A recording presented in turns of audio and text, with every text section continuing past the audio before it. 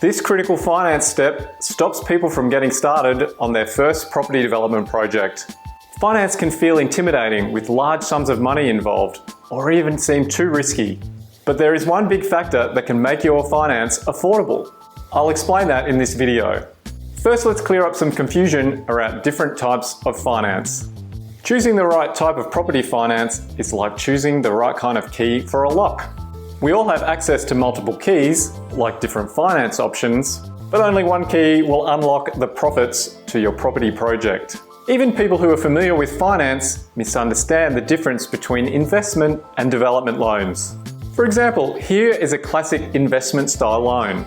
Imagine the bank agrees to loan you 80% of the value of a property over a 25-year loan term. You'll have to fund the remaining 20% of the balance of that loan. That means if you're looking to buy a property worth $1 million, the bank will chip in $800,000 and you need to come up with the remaining $200,000. With this type of loan, the bank has security over the property and you repay interest over a very long period of time, often decades. This is a cheaper style loan because the bank has a lot of security over the property, and should you default on your loan, they have a 20% buffer in case they need to sell the property and recoup their funds. So, with this type of loan, the bank is really ultimately interested in whether you can make your monthly mortgage repayments. And that means your personal income is a key factor in whether or not you'll get that investment loan. However, this is not the case for development finance. And there are a couple of important factors that we need to cover here. For a development, the bank is more interested in the person doing the project and the profit margins that are involved. Remember, banks primarily care about getting their money back, not whether you get your money back. And generally, because development projects happen over a shorter time frame, the bank has less period of time to make money from interest repayments. Another factor is the increased risk of building multiple properties, because now you're bringing a third party into the picture, which is the builder.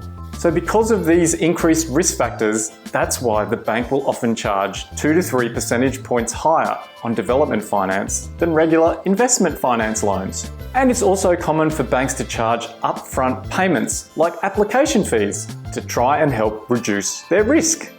But there are two things the bank will want to know before they consider approving your development finance. First is the gross realisation value, or GRV, which is the value of the new dwellings when they are built and complete. Second is the total development cost, or TDC, and this is how much it's going to cost to finish off your project, which includes cost of the land and the building costs. Let me explain why these two numbers are really critical to your development project. So, generally speaking, a bank will lend between 70 and 80% of the total development cost, or 65% of the gross realisation value, whichever number is lower. And the simple reason the banks do this is because it gives them sufficient buffer for things to go wrong before their money is at risk.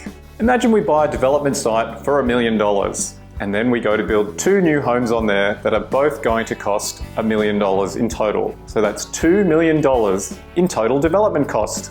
The bank might lend you between $1.4 and $1.6 million of the total development costs, which means you're going to have to come up with between $400,000 and $600,000 of cash or equity.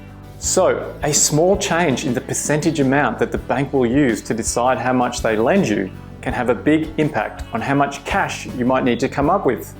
You could have to come up with an extra $200,000 or so. So that's a simple example of total development costs, or TDC. Now let's look at GRV.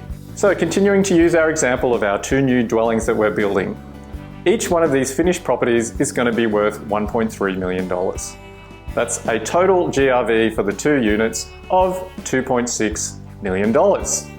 65% of that is $1.69 million, which means you would have to fund the gap of $310,000.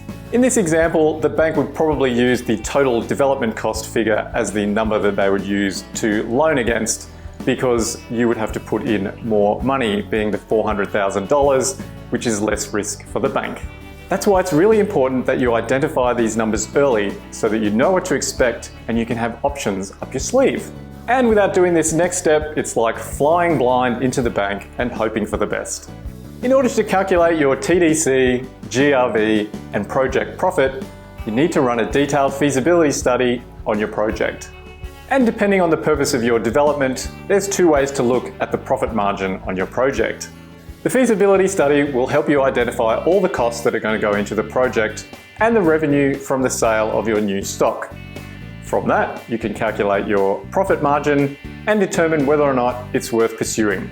But an acceptable margin may depend on why you're doing the project. For example, some investors just want to build properties at cost to expand their portfolio, so the margin isn't as important for them. Whereas other people are doing it for a living and they want to get a really good return for the effort that they're putting in. It used to be accepted that a 15% return is what the banks were looking for from a development project. However, it depends on the type of project, how risky it is, and how long it's going to take you to complete. A small project that can be done in 9 months is far less risky than a project that's going to take 3 years. And regardless of how long the project's going to take, a thorough feasibility study will show you all the costs involved and how much working capital you're going to need to get your project finished. Working capital is the hard cash that you're going to need along the way to pay for things like application fees, consultant fees, and any other costs that are required to get the project finished. So if we zoom out for a second, there are 3 big factors that we need to consider with property development finance. How are you going to buy or fund the land purchase for the project? How are you going to fund the construction of the new dwellings? Development finance. And the amount of working capital that you're going to need to fund things along the way. Doing a detailed financial study will answer these 3 crucial questions. You'll also discover how much you can roughly borrow from a bank and roughly how much is left over to fund, and whether or not you may need to provide any additional money, or if you need to, involve other people in your project. And there's one final piece of the puzzle that could change everything. That's because, unlike a classic investment loan, there are no monthly mortgage repayments to make. With a development finance loan, there are no monthly repayments during the term of the loan. So with our example, our 2 new homes are going to take 12 months to be built, and the bank is charging us 8% interest. So there's about $128,000 of interest to be paid on the loan when it matures.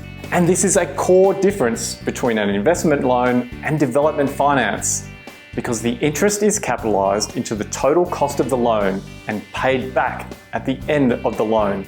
The benefit is that you don't have to pay that massive monthly interest bill, which really helps with cash flow and your working capital because you don't have to make those massive cash payments each month. This also needs to be factored into your feasibility, along with all the other costs, so that you don't get a nasty surprise at the end when these payments are due. This whole development finance process can feel overwhelming at first, but there is a step-by-step process that you can follow to start and finish your first development project. To learn more about this and my property developer training, which has helped me build 48 townhouses worth more than $25 million, head to www.propertydevelopertraining.com with the link in the description.